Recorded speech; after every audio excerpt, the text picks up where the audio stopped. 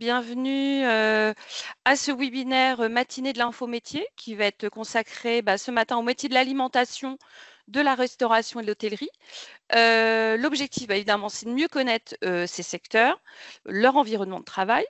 Je vais commencer par me présenter. Donc, je suis Estelle Lucas, je suis conseillère information métier et formation au sein de l'Agence de l'orientation. Et je vais animer ce webinaire avec 3 intervenants qui vont se présenter dans quelques secondes.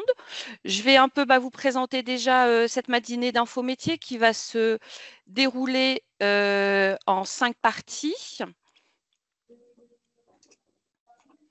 Alors, première partie, on va déjà définir ensemble ce qu'on entend par entreprise ou par secteur d'activité. Ensuite, sur une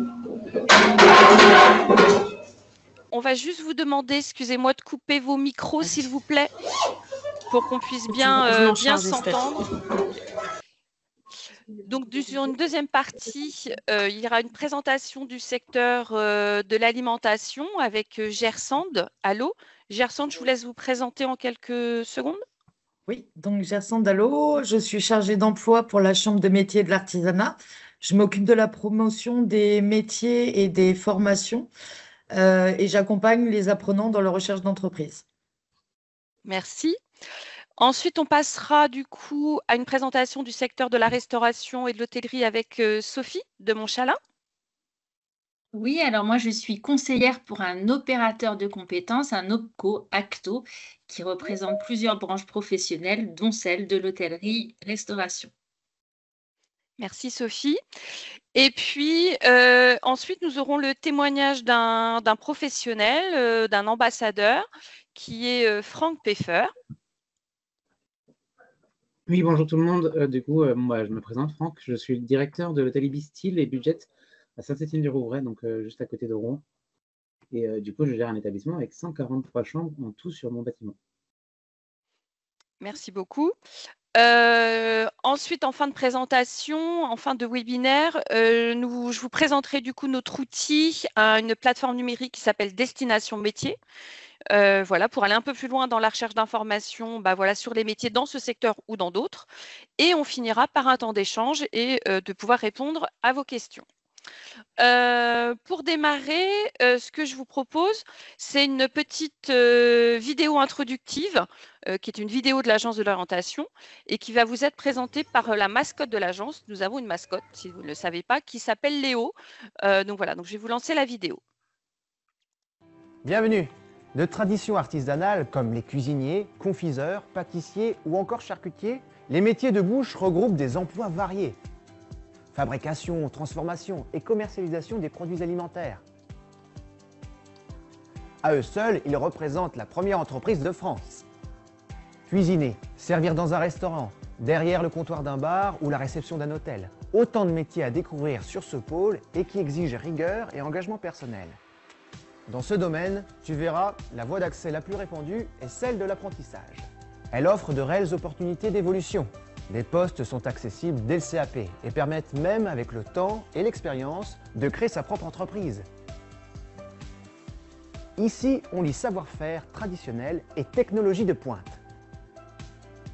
Bonne visite et bonne rencontre!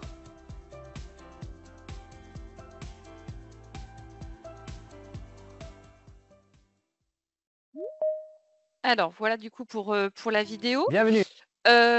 Donc, de quoi parle-t-on lorsqu'on parle d'entreprise ou de secteur d'activité? Alors, les hommes et les femmes qui travaillent le font dans une structure qui peut prendre différentes formes. Alors, on peut aussi bien travailler dans une entreprise publique, par exemple une administration comme l'éducation nationale.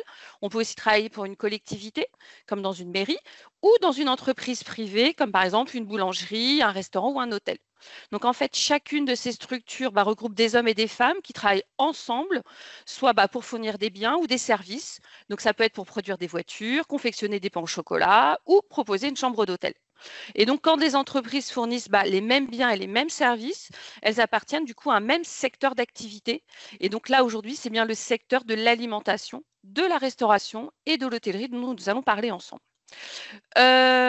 Du coup, là maintenant, je vais laisser la parole à Gersand qui va vous présenter le secteur de l'alimentation.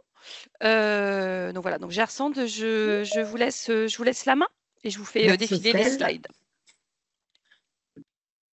Donc, quels sont les métiers du secteur de l'alimentation? Donc, ce sont des métiers qu'on appelle métiers de bouche.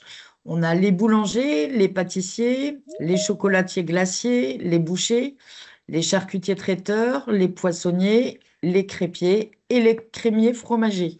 Il faut savoir que les boulangeries, pâtisseries artisanales et charcuteries artisanales sont au cœur de notre gastronomie française. Donc, le secteur de l'alimentation, c'est un gros secteur qui recrute énormément. Donc, on a en Normandie, rien qu'en Normandie, presque 10 000 entreprises dans les métiers de l'alimentation pour un peu moins de 20 000 salariés, ce qui est assez conséquent.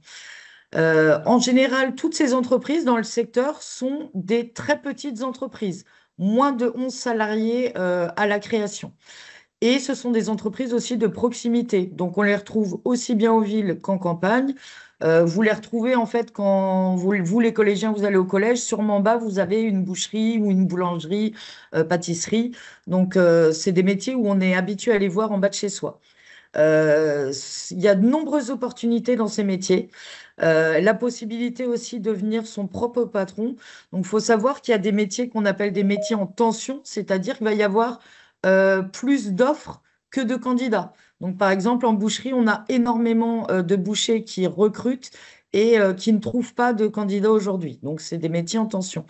Possibilité aussi de devenir son propre patron. Il faut savoir que dès la troisième, on peut faire un CAP en 2 ans. Et ensuite, si on poursuit avec un BP, un brevet professionnel en 2 ans, on pourra être patron. Alors bien sûr, il va falloir acquérir un petit peu d'expérience avant de se lancer, mais en 4 ans, déjà, on a la possibilité, avec le diplôme BP, un jour, d'être son propre patron. Alors, les métiers de l'alimentation. Donc, ce sont des métiers qui allient savoir-faire traditionnel et modernité. Donc, savoir-faire traditionnel, ce sont des métiers qui demandent un savoir-faire. Ce ne sont pas des métiers qui sont que théoriques, ce sont des métiers manuels de pratique. Autant à l'école, vous allez apprendre de la théorie, c'est la pratique qui va vous permettre d'acquérir ce savoir-faire. Ce sont vraiment des métiers de transmission. Modernité, pourquoi? Par rapport à l'époque, on a la chance aujourd'hui d'avoir des nouvelles machines qui permettent d'aider en fait tous les artisans. Pour prendre un exemple, par exemple, en pâtisserie, pendant les galettes des rois, il y a énormément de pâte feuilletée à faire. À l'époque, la pâte feuilletée, c'est un long travail, la pâte feuilletée, on le faisait à la main ou au rouleau. Il faut savoir que dans les centres de formation, on apprend toujours ce savoir-faire à le faire à la main au rouleau, mais on a la chance d'avoir aujourd'hui des laminoirs qui permettent en fait d'aplatir la pâte. Donc pendant les grosses périodes de janvier de production, ça va leur permettre un gain de temps énorme pour augmenter leur production et ça facilite leur travail, même s'ils ont gardé bien sûr tout leur savoir-faire. Au niveau des conditions de travail, donc c'est assez varié dans le secteur de l'alimentation. Vous pouvez choisir de travailler en équipe ou seul. Pour les gens qui aiment travailler seul, par exemple, un boulanger ou un pâtissier, il va travailler dans un laboratoire. Il ne sera pas en contact avec la clientèle. Vous pouvez aussi décider de travailler en équipe. Les équipes de bouchers ou de charcutiers, par exemple, travaillent ensemble. Vous pouvez décider d'être en contact direct avec le client ou pas. Par exemple, un boucher, lui, il va transformer sa viande en laboratoire, puis la vendre et conseiller.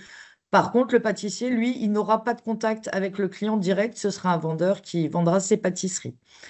On peut se déplacer ou être directement dans un magasin. Donc, déplacement, ça va être plus pour les livraisons de l'alimentaire.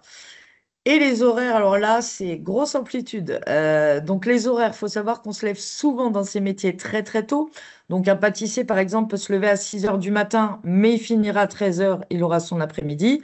Il y en a qui vont commencer à 13 heures, finir à 20 heures. Donc c'est vraiment des amplitudes diverses.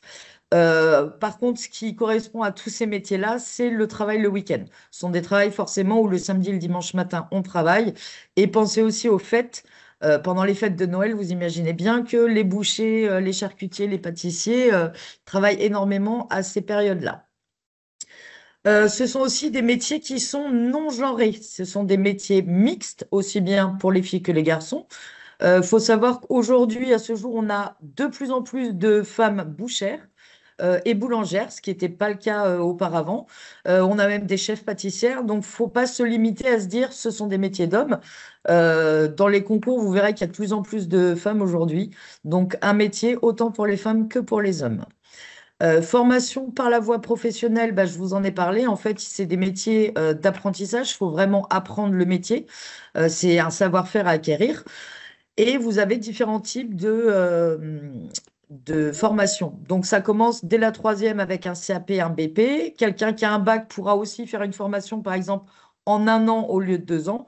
Donc, on a quand même beaucoup de possibilités.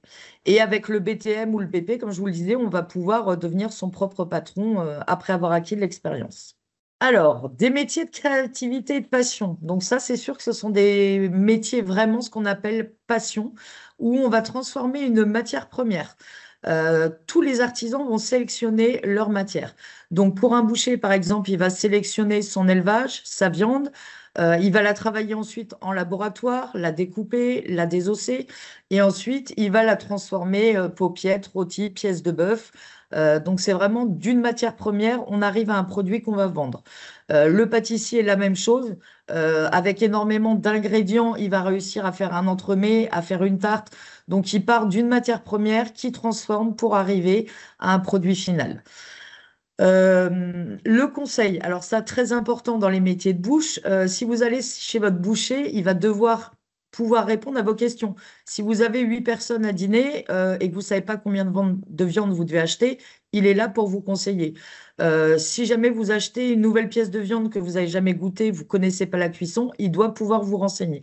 Donc, ce sont vraiment des métiers de conseil, que ce soit le fromage, un fromager va vous conseiller par exemple un vin avec un fromage qui va bien ensemble. Le boulanger va vous conseiller sur les différentes sortes de pain qu'il peut avoir, un pain au seigle, un pain bio. Donc ça, le conseil est très, très important dans ce métier. La créativité, alors ça, ce sont, bah, on dit des métiers passion où il faut être créatif et on innove. Le plus important, c'est allier la qualité gustative au visuel. Pourquoi? Si vous avez un magnifique gâteau qui vous tente, mais que quand vous le goûtez, bah, ça ne vous convient pas et que vous n'êtes pas satisfait, vous n'allez pas revenir chez votre pâtissier le racheter. Je vous parlais tout à l'heure de la pâte feuilletée avec le laminoir pour les galettes. Si vous achetez une galette qui a énormément de feuilleté, très peu de garniture, vous allez être déçu, vous n'en rachèterez pas dans cet endroit la fois suivante. Donc très important d'attirer par le visuel, mais il faut que le goût, bien sûr, soit là derrière pour qu'on ait envie d'y revenir. Des métiers passion, donc en fait, c'est des métiers où il y a énormément de concours. Les plus importants, ça va rester les WorldSkills et les MAF, donc meilleur apprenti de France. Donc ça peut être meilleur apprenti de France en charcuterie, en boucherie. On a aussi, donc ce sont des concours qui sont départementaux, régionaux et ensuite on finit en national. On a aussi le meilleur croissant, voilà, au beurre d'Isigny, le meilleur boulanger. Donc il y a énormément de concours, ce sont quand même des métiers d'excellence. Estelle, je te laisse. Alors, pour s'informer, aller un petit peu plus loin, on a quelques sites internet. Donc, artisanat.fr, là, ça va être des fiches métiers avec la liste de toutes les entreprises de France, les possibilités de recrutement, des petites vidéos. Donc là, ça va être un site très, très complet pour se renseigner. Vous avez aussi des petites vidéos où ce sont des apprentis qui vous parlent pour vous expliquer pourquoi leur métier est un métier de ouf. Donc là, c'est plein de petites vidéos à regarder qui permettent de se donner une idée du métier. Et après, peut-être un peu moins pour les collégiens, on a l'Observatoire des métiers de l'alimentation. Ça va plus être des rapports d'études. Voilà. Mais avec ces 3 sites-là, normalement, vous devriez vous faire une bonne idée sur les possibilités dans les métiers de l'alimentation. Merci beaucoup, Gersande, pour ces éléments. Du coup, on va passer à la présentation du secteur de la restauration et de l'hôtellerie avec Sophie. On y va, Sophie, du coup? On y va. On va voir qu'il y a beaucoup de points communs avec ce que Gersande a pu évoquer. Donc, quand on parle de l'hôtellerie-restauration, je pense assez naturellement aux restaurants et aux hôtels.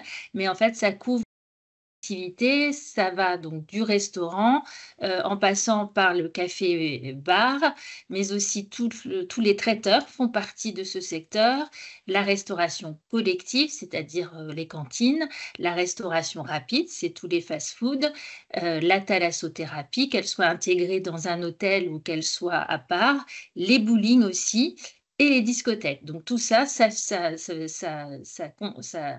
compose le secteur de l'hôtellerie-restauration.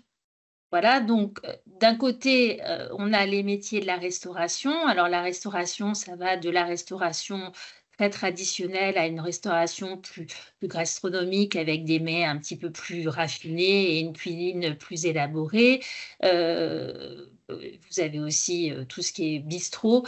Bon, ça vraiment, je pense que ça évoque pour vous tous les restaurants dans lesquels vous pouvez peut-être aller parfois déjeuner ou dîner.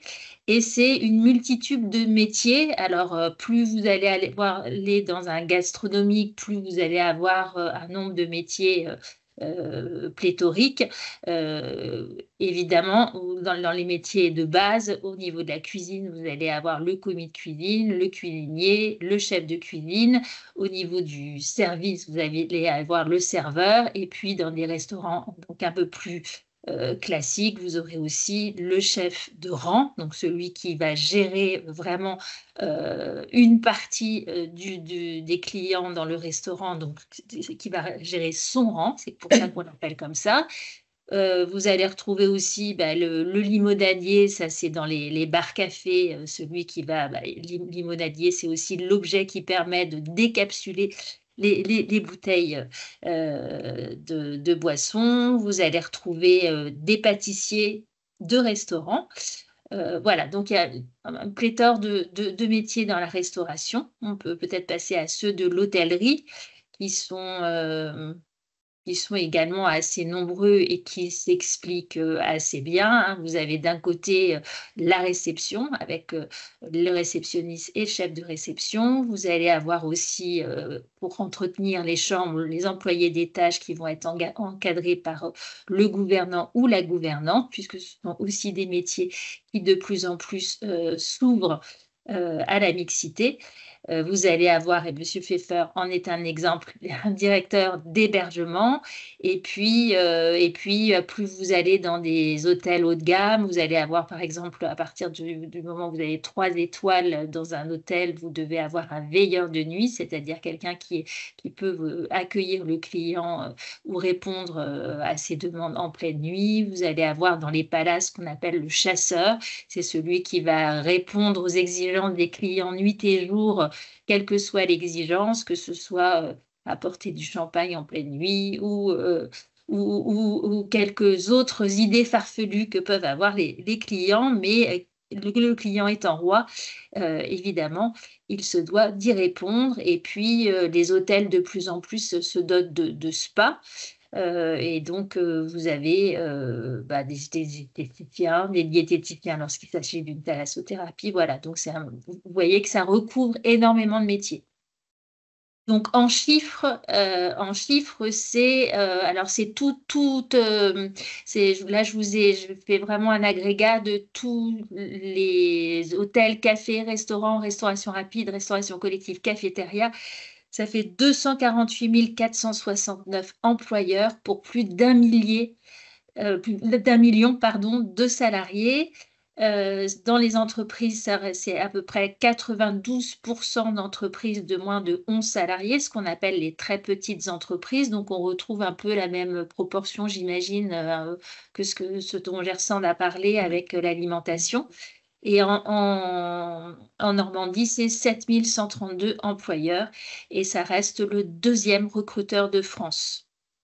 Donc là, je vous ai mis des enseignes que vous devez connaître. Alors, il y a des enseignes qui sont locales, le groupe Guéret à Rouen, que vous devez connaître, qui a un certain nombre d'hôtels et de restaurants. J'ai mis, pour faire plaisir à M. Pfeffer, le groupe You Family.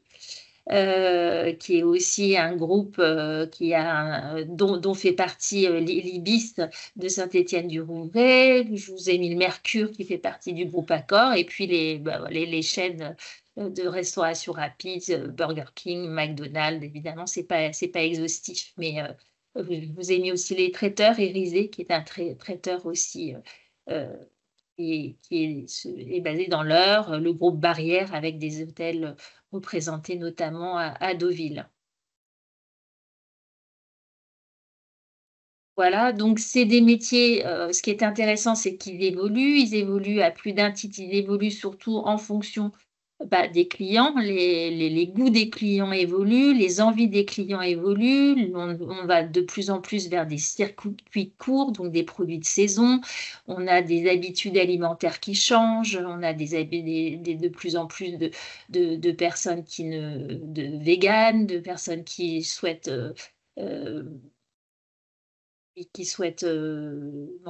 qui ont des allergies au gluten. Donc, les restaurants proposent de plus en plus à leur carte des produits sans gluten. Ce sont également des entreprises qui doivent se connecter avec le monde numérique pour se faire connaître. De plus en plus, il faut être présent dans les réseaux sociaux. C'est comme ça que ces entreprises communiquent et puis qu'elles soient très réactives par rapport à la satisfaction client, puisqu'on sait bien qu'un client, en général, un client content peut savoir. En revanche, le content mécontent, il ne se prive pas de le faire savoir par les réseaux sociaux, et donc c'est très important pour tous ces établissements de pouvoir être réactifs, de pouvoir répondre et d'avoir une vitrine sur tous ces réseaux sociaux. Et puis j'avais ajouté une petite photo parce que ça m'amusait. Je ne sais pas si vous voyez ce que c'est. Il y a un robot en fait. Il y a des restaurants qui se dotent aujourd'hui de robots serveurs. Alors ça ne remplace pas du tout le serveur, mais ça permet simplement d'amener les plats en cuisine lorsqu'ils sont prêts dans la salle, et ensuite évidemment le serveur vient apporter en salle à l'assiette le plat au client. Vous avez dû voir aussi qu'il y a maintenant il y a souvent les menus, vous avez juste un flash code pour le découvrir, que les serveurs sont munis de tablettes pour prendre votre commande. Donc au niveau numérique, ça a beaucoup évolué également. Alors, l'intérêt de ces métiers, il est multiple. Alors, outre le fait que, comme dans l'alimentation, ce sont des métiers en tension, ce sont des métiers qui recrutent, quels que soient les métiers que je vous ai décrits. Tous les restaurants et les hôtels recrutent énormément. L'intérêt de ce métier, c'est un métier de contact. C'est un métier, on est en contact avec des gens qui, en général, sont plutôt détendus puisqu'ils viennent passer un beau moment. C'est un moment de plaisir. Mais je pense que la qualité première, c'est vraiment d'avoir envie de faire plaisir. Donc, c'est vraiment un métier de service et c'est un métier qui ouvre des portes. Vous pouvez évoluer d'un restaurant à un autre, d'une région à une autre, d'un pays à un autre. Vous pouvez aller travailler dans un pays anglo-saxon. Vous pouvez décider d'aller travailler l'hiver à la montagne, l'été au bord de la mer. Enfin, tout est possible, et tout est possible également au niveau de votre apprentissage. Ce sont des métiers qui fonctionnent beaucoup avec l'apprentissage. On peut démarrer avec un CAP et puis ensuite un bac professionnel, ou un BTS, un bachelor, un MBA. On peut évoluer, on peut s'arrêter dans sa formation, puis reprendre sa formation. Enfin, c'est vraiment tout est possible, les évolutions sont possibles. Et puis, en dernier lieu, je vous ai mis une photo d'Alain Ducasse, qui est un grand chef étoilé. Mais il y a également des chefs, des femmes chefs, et de plus en plus, parmi les plus connus, je vous ai mis Hélène Darroze, Anne-Sophie Pic, mais il y en a plein d'autres. Et puis, dans les chefs, peut-être que vous connaissez, Philippe Etchebest ou Cyril Lignac. Voilà, donc on peut arriver jusqu'à des restaurants étoilés, mais bon, c'est quand même pas la majorité des restaurants. En tout cas, on peut gravir les échelons et puis évoluer, et je pense que le témoignage de M. Pfeffer pourra illustrer aussi mes propos. Alors, je ne vous ai pas mis les liens vers aussi les sites que nous proposons, hein, Kiffe ton métier, où vous pouvez également découvrir les différents métiers de l'hôtellerie-restauration. Mais peut-être que si le support est transmis, on pourra y ajouter les différents outils que nous proposons pour découvrir les métiers. Merci, merci beaucoup Sophie pour cette présentation. Et effectivement, pour illustrer un petit peu cette dernière présentation, enfin ces présentations, on va du coup, je vais laisser la main à Monsieur Peffer concernant son témoignage, qui va du coup un peu vous expliciter un peu quel a été son parcours scolaire, son parcours professionnel, jusqu'à du coup son poste aujourd'hui de directeur d'Ibis Style et Budget, pour ensuite du coup davantage parler de ce métier. Je vous laisse la main, Franck, par rapport à votre présentation. Parfait. Du coup, bonjour à tous. Donc, oui, je suis Franck. Je suis aujourd'hui directeur d'un hôtel. Mais avant d'en arriver par là, j'ai fait quand même quelques études. Donc, j'ai commencé par un BEP. À la sortie du collège, j'ai commencé par un BEP. À la base, je me tournais plus pour devenir cuisinier et chef cuisinier peut-être, mais en tout cas cuisinier. Donc, j'avais fait un BEP en restauration. Après ce BEP, j'ai continué sur un bac pro, toujours en restauration.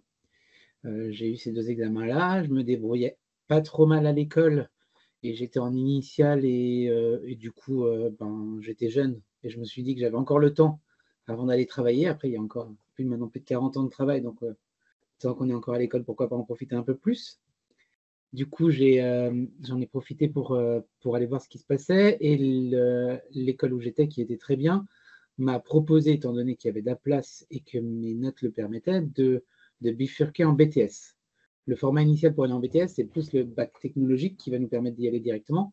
Malgré tout, en bac pro, il y a des passerelles si ça se passe bien et si on a ce qu'il faut pour pouvoir y aller.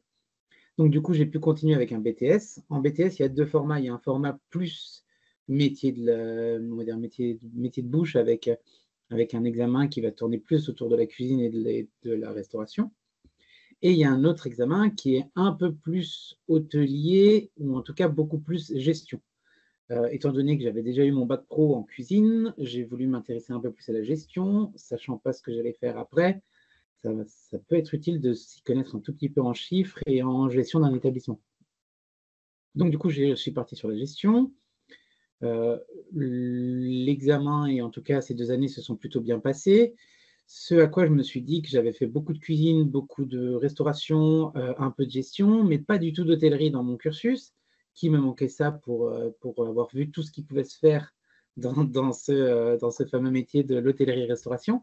Et donc, je suis parti faire une licence d'1 an en hôtellerie. Donc, j'ai fait 1 an de licence je suis alsacien à la base, je suis parti à Grenoble pour faire cette année-là. J'ai fait du coup 1 an de licence en hôtellerie. À la fin de cette licence-là, je suis parti dans le travail, voir ce qui se passait vraiment. Alors, c'est pas parce qu'on a beaucoup d'examens qu'on est forcément tout de suite, on a forcément tout de suite les capacités pour être chef. J'avais beau avoir une licence et un bac plus 3 du coup, j'avais jamais vu le métier. J'avais fait des stages, mais j'avais jamais vu le métier. C'est pourquoi je suis parti me proposer et j'ai pris un poste de réceptionniste. Réceptionniste dans le groupe Accor. Le groupe Accor, c'est toutes les marques, Ibis, Novotel, Mercure, et j'en passe énormément parce que c'est plus d'une vingtaine de marques. Et je suis parti du coup dans un hôtel Novotel qui m'a pris en tant que réceptionniste, où j'ai fait mes armes, j'ai appris plein de choses. Après la réception, ils avaient besoin de quelqu'un en restaurant, donc je suis retourné dans la restauration où j'ai poursuivi du coup sur la restauration en tant qu'assistant du responsable restaurant, où j'ai continué à faire mes armes et j'ai continué à évoluer au fur et à mesure en prenant différents postes, en passant du coup assistant restaurant à responsable restaurant, puis assistant hébergement, responsable hébergement, puis directeur. Et donc maintenant, ça fait 7 ans que je suis directeur d'hôtel.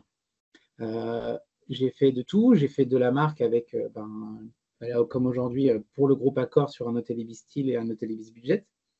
Mais j'ai aussi fait de l'indépendant, donc le petit hôtel qui est connu de personne, mais qui a le mérite d'être là et qui a le mérite d'aller chercher des clients. Et en fin de compte, c'est deux métiers différents et pourtant le même métier. On est toujours directeur, on a toujours les mêmes choses à faire, mais un peu comme l'expliquait Sophie tout à l'heure, le travail de directeur, c'est d'être capable d'accompagner des personnes à différents niveaux de connaissances et de savoir dans le métier. C'est aussi de pouvoir potentiellement les emmener à faire de plus en plus et à aller prendre de nouveaux postes et de nouvelles compétences. Et à partir du moment où on va commencer à prendre, mais ça marche pour un restaurant, mais ça marche aussi et surtout pour un hôtel est ouvert 24 heures sur 24, donc ça veut dire que je sois présent ou non sur mon hôtel continue à tourner, c'est-à-dire que mon hôtel continue à accueillir des clients et que mon devoir, c'est que mes clients passent un bon moment chez moi. Mais c'est mon devoir sans que je sois forcément présent pour ça. Donc, comment je passe cette envie de faire plaisir, envie que mon client passe un bon moment chez moi auprès de mes équipes et comment je suis capable de me porter garant du travail de mes équipes, sachant qu'aujourd'hui, j'offre à mon client potentiellement déjà une chambre. Il faut que ma chambre elle soit du coup bien faite et conforme par rapport à ce que peut attendre mon client. J'offre du coup un accueil parce que la personne elle arrive et il faut lui faire les différentes prestations qu'il y a. Je lui offre potentiellement un repas, déjà le petit déjeuner minimum et selon les établissements de la restauration. Et du coup, pour que tout ça fonctionne, j'ai des besoins techniques, que le bâtiment fonctionne correctement, que l'eau chaude soit bien chaude, que l'électricité fonctionne. Et donc, c'est-à-dire qu'en étant directeur, on n'est pas juste là pour être sûr que le client soit content et qu'on lui ait bien dit bonjour et qu'on lui ait bien dit au revoir. On est là pour que tout fonctionne du début à la fin, donc c'est-à-dire aussi bien en service qu'en technique, qu'en travail en soi.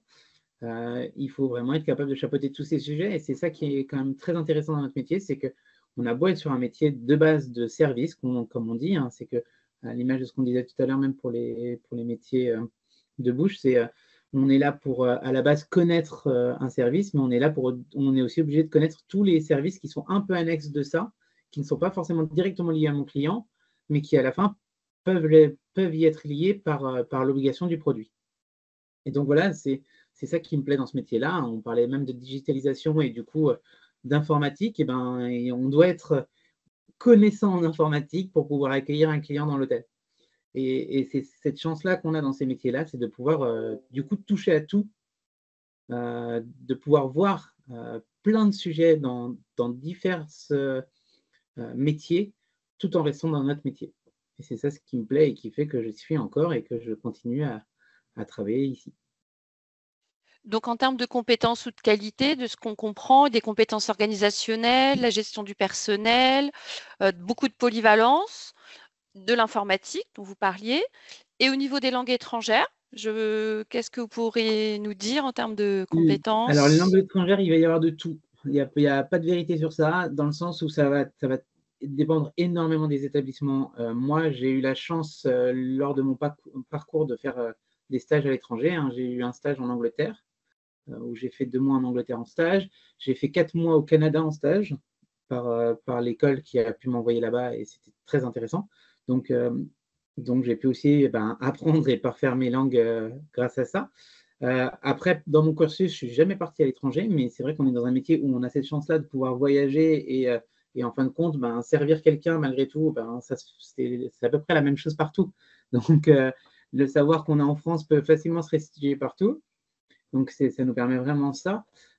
Aujourd'hui, la langue étrangère, elle est importante, voire indispensable, parce que peu importe où vous pourrez toujours être amené d'accueillir un étranger, que l'anglais reste la langue universelle, et donc peu importe l'étranger que vous trouverez, il saura toujours se débrouiller en anglais.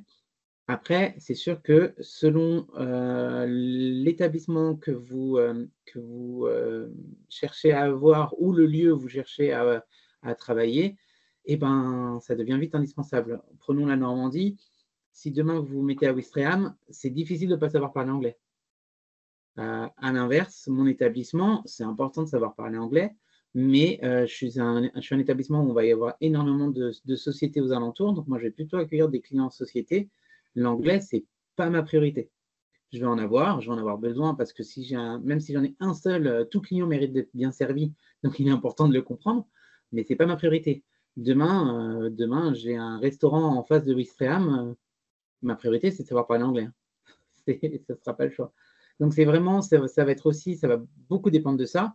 Dans le même cas, plus vous allez aller sur des établissements 4, 5 étoiles, on se doit de bien savoir parler anglais parce que ça fait partie du service minimum qu'on va avoir. Même si on n'a que 2 clients par an, ben, il faut bien les servir dans leur langue. Donc, ça va vraiment, ça devient quelque chose d'indispensable selon vos objectifs et vos projets de vie. Merci beaucoup. Et du coup, vous, qu'est-ce que vous préférez dans votre métier et quelles seraient les éventuelles contraintes du métier ou du secteur? Qu'est-ce que j'aime dans mon métier? Déjà. On va dire, globalement, c'est le fait que chaque jour, on va pouvoir toucher à tout. On n'est pas dans la redondance de certains métiers où on va tous les jours faire la même chose. C'est-à-dire que même si tous les jours, j'ai des chambres à nettoyer, j'ai des chambres à refaire et j'ai des clients à réaccueillir, chaque client est différent, chaque accueil est différent, chaque jour va avoir son lot d'imprévus qui sera à gérer et qui fait que, comme je disais tout à l'heure, on a tellement de sujets sur la table, ce qui fait des fois une tête assez grosse à devoir gérer tous ces sujets, mais qui permet aussi de jamais avoir vraiment des sujets où on s'ennuie ou à force de faire la même chose, on peut s'ennuyer. Donc ça, c'est vraiment quelque chose qui est bien et qui me plaît.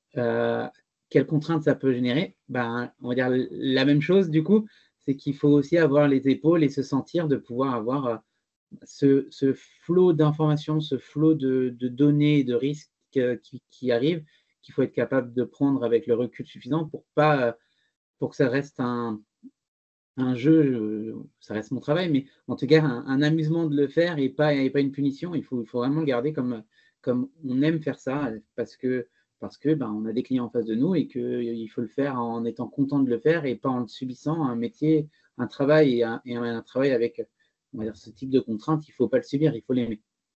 Donc ça, c'est vraiment la base. Et après, dans les contraintes, on en a un peu parlé pour les métiers.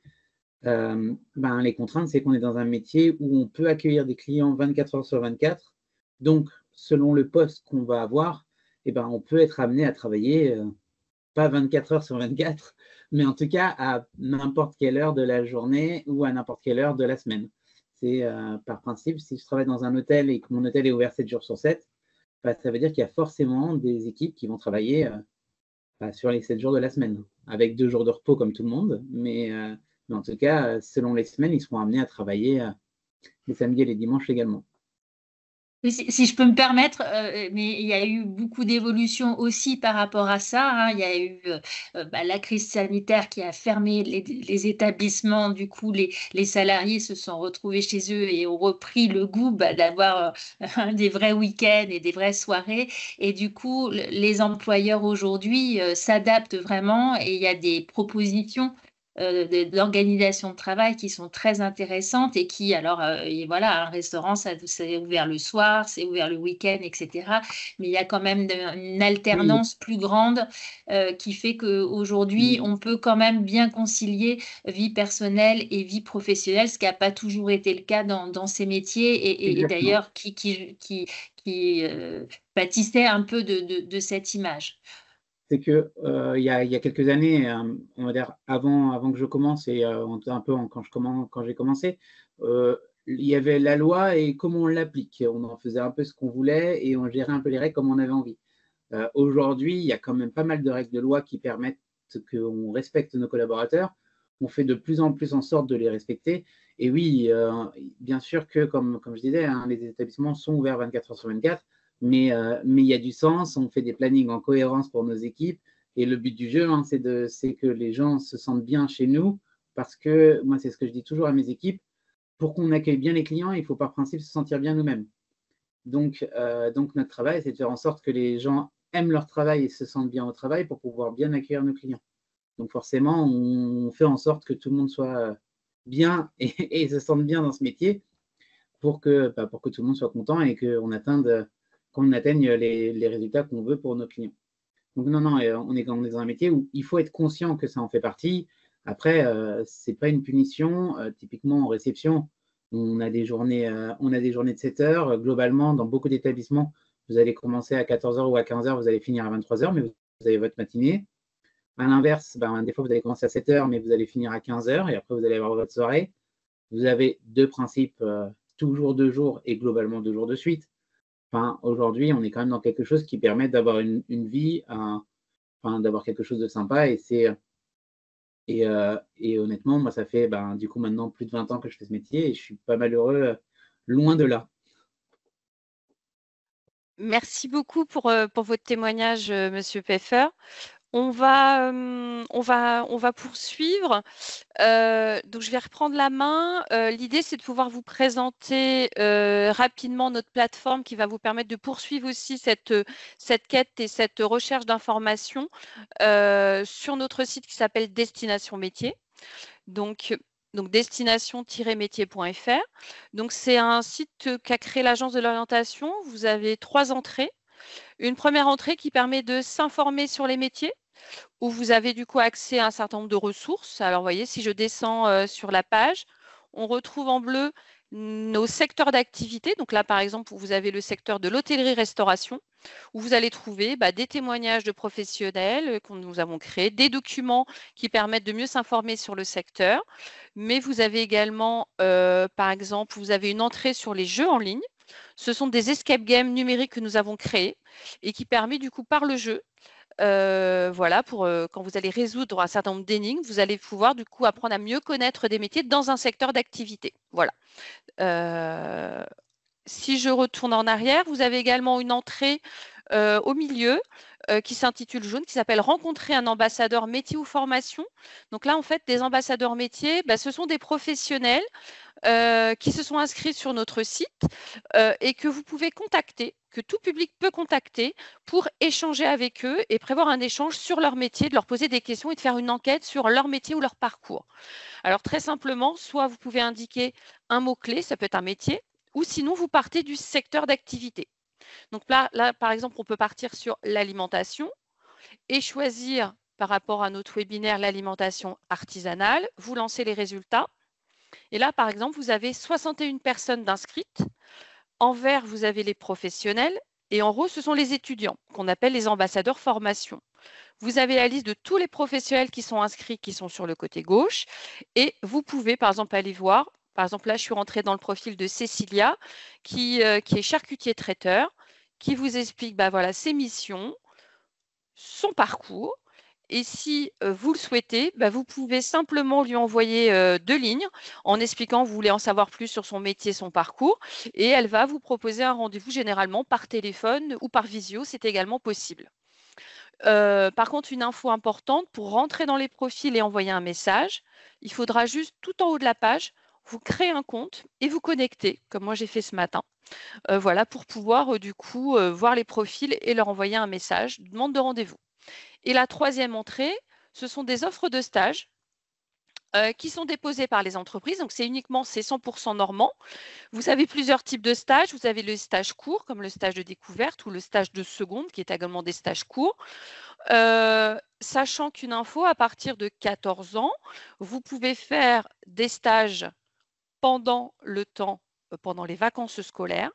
Donc voilà, si vous n'avez pas de stage obligatoire prévu dans votre année scolaire, par exemple en 4e, on peut très bien avoir 14 ans, vous pouvez faire des stages pendant les vacances scolaires, mais également si vous avez des stages obligatoires, vous pouvez en faire d'autres. Et ici, vous avez en fait la convention à utiliser pendant les vacances scolaires et tout est expliqué ici. Et donc, voilà, vous nous transmettez la convention et nous, on fait le lien soit avec la chambre de commerce, soit avec la chambre des métiers ou la chambre de l'agriculture pour être couvert pendant votre stage. Et de la même manière, vous voyez, c'est le même type de moteur de recherche. Donc là, on peut se dire, je vais regarder en hôtellerie-restauration, est-ce que j'ai des stages en Normandie? Eh bien oui, j'en ai 120. Donc évidemment, le lieu géographique va devenir important. Donc après, voilà, vous pouvez aller voir donc soit de la même manière, quand vous avez un compte, c'est d'aller voir du coup les stages qui sont proposés. Voilà. Et de la même manière, vous pouvez contacter l'employeur. Une petite chose par rapport aux enseignants qui sont avec nous ce matin. Vous avez en haut à droite, je suis enseignant. C'est-à-dire que vous pouvez vous créer un compte sur Destination Métier et prendre contact avec un ambassadeur pour éventuellement prévoir un échange, éventuellement en visio avec une classe par rapport à son métier ou par rapport à son parcours. Donc voilà, donc destination-métier.fr, je m'informe, j'échange et je peux avoir des offres de stage. Voilà, je l'ai fait rapidement, mais voilà. Après, on reste disponible. Vous avez notre numéro gratuit qui est en haut là sur notre site 0800 05 0000. Si vous avez besoin, que ce soit le public ou les professionnels, les enseignants, vous pouvez nous contacter et on peut rééchanger sur le site sans souci. On peut également prévoir des rendez-vous en visio et individuels par rapport au public et aux jeunes qui sont avec nous ce matin. Et pour terminer, du coup, au niveau de la présentation, on va répondre à vos questions. Alors, il y a des questions qui nous ont été envoyées du coup en amont et puis d'autres questions dans le chat. Donc, nos intervenants vont pouvoir y répondre. On avait une question sur quel type de lycée offre des formations dans ces domaines. Sophie, je peux vous laisser répondre. Alors, ce qui est intéressant, c'est que, alors moi, je suis basée à Rouen, donc je connais essentiellement les établissements qui se trouvent en Haute-Normandie, ex-Haute-Normandie, mais il y en a autant en Basse-Normandie, c'est extrêmement bien couvert au niveau pédagogique. Donc, il y a le lycée hôtelier de Canteleu, Georges Baptiste, vous avez un lycée aussi à Louviers, Jean-Baptiste Descreteaux, vous avez à côté de Caen, à Ifs, le lycée Rabelais, vous avez ensuite des organismes donc, qui vous préparent à des formations en alternance comme le CFAIE à Val-de-Reuil, l'IFA Vassal-Sauvage à Mont-Saint-Aignan, vous avez le Greta à Petit-Quevilly. Enfin, il y a à Ménières également, il y a un établissement qui prépare à au métier de la restauration. Donc avec des très beaux équipements, hein, pour ceux que je viens de vous citer, j'ai visité les équipements et ils sont absolument magnifiques. Donc il y a vraiment toutes sortes de choses. Il y a ensuite pour poursuivre sur des études un peu plus à post-bac, il y a l'école Fauchon aussi qui s'est installée à Rouen là récemment. Donc on a vraiment, je trouve, dans un périmètre relativement resserré, un certain nombre d'établissements dans lesquels vous pouvez aller vous former et qui sont extrêmement bien équipés et avec des formateurs. Il y a Dieppe aussi, hein, il y a Eugénie Brasier à Dieppe, par exemple. Voilà, et j'en oublie certainement parce que je ne connais pas tous les établissements du territoire, mais il y en a beaucoup en tout cas, et donc forcément près de chez vous pour vous former. Oui, donc il y a beaucoup de façons, il y a beaucoup de façons d'établissements en Normandie, que ce soit des lycées professionnels, des centres de formation pour apprentis. Et vous avez également un bac technologique, le bac technologique STHR, qui permet aussi d'être formé par le biais de la voie technologique. Pas de souci. Et effectivement, il y avait une autre question, mais Sophie, vous l'avez dit, hein, il y a aussi la possibilité, puis on l'a vu, des poursuites d'études dans le supérieur après le baccalauréat. Voilà, en hôtellerie-restauration, il y a beaucoup de possibilités. Après, on avait une question sur les opportunités de recrutement. Je pense qu'on a déjà abordé pas mal le sujet, hein. Monsieur Peffer, vous êtes d'accord? Il y a beaucoup de recrutement dans le domaine. En tout cas, on l'a déjà abordé. Et puis, on avait d'autres questions. Alors, en termes de questions, est-ce qu'on demande quel est le salaire d'une personne qui travaille en restauration? Qu'est-ce qu'on peut répondre à cette question? On peut répondre que le SMIC a augmenté, hein, dans la convention collective de la branche, il y a eu une augmentation du SMIC après la crise sanitaire. Après, j'ai envie de dire, ça dépend de l'employeur. Donc là, je ne me prononcerai pas sur, mais en tout cas, les salaires ont augmenté depuis 2021 Ça va dépendre dans le d'énormément secteur. de choses, hein. Ça va dépendre de l'employeur, ça va dépendre du poste sur lequel on postule, hein, parce que à l'image des établissements, on va avoir de tout. Un tout petit hôtel va globalement avoir que des réceptionnistes.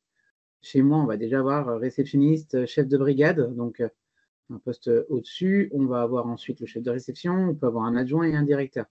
Donc forcément, selon le poste qu'on va prendre et les compétences qu'on va attendre en poste, on ne va pas avoir les mêmes niveaux. Comme on le disait, le SMIC hôtelier est supérieur au SMIC classique et en plus, les grilles salariales de l'hôtellerie ont été revues par rapport à chaque niveau de poste qu'on peut vous demander. Donc aujourd'hui, on essaie d'être aussi de plus en plus compétitif et attractif là-dessus. Mais c'est sûr que selon le poste ou selon l'entreprise dans laquelle vous voulez aller, vous voulez postuler ou chercher à postuler, vous n'allez pas avoir les mêmes rémunérations selon le cas. Oui, selon les restaurants, effectivement, hein, je parlais de chef de rang, de chef de partie, voilà, c'est en fonction de la typologie aussi du restaurant, les salaires évolueront, mais en tout cas, il y a des possibilités d'évolution. Après, on peut parler employé d'étage, on peut passer gouvernant, enfin, etc. Il y a vraiment des tas de possibilités d'évolution. Merci, merci beaucoup. On avait une question sur les stages. En stage de 4e, peut-on cuisiner avec eux? Alors, on parlait des stages tout à l'heure, qu'à partir de 14 ans, on peut quand même faire son premier stage pendant les vacances. Mais après, je dirais, enfin voilà, après je vais répondre à la question, ça va être quand même des stages d'observation, des stages courts. Alors après, enfin voilà, après, est-ce que vous avez, vous, une réponse à apporter par rapport à ça? Alors pour la 4e, je ne sais pas, je connais des établissements qui accueillent volontiers des stagiaires. Mhm. Est-ce que c'est au niveau de la 4e? Là, je ne sais pas. Je ne saurais pas répondre.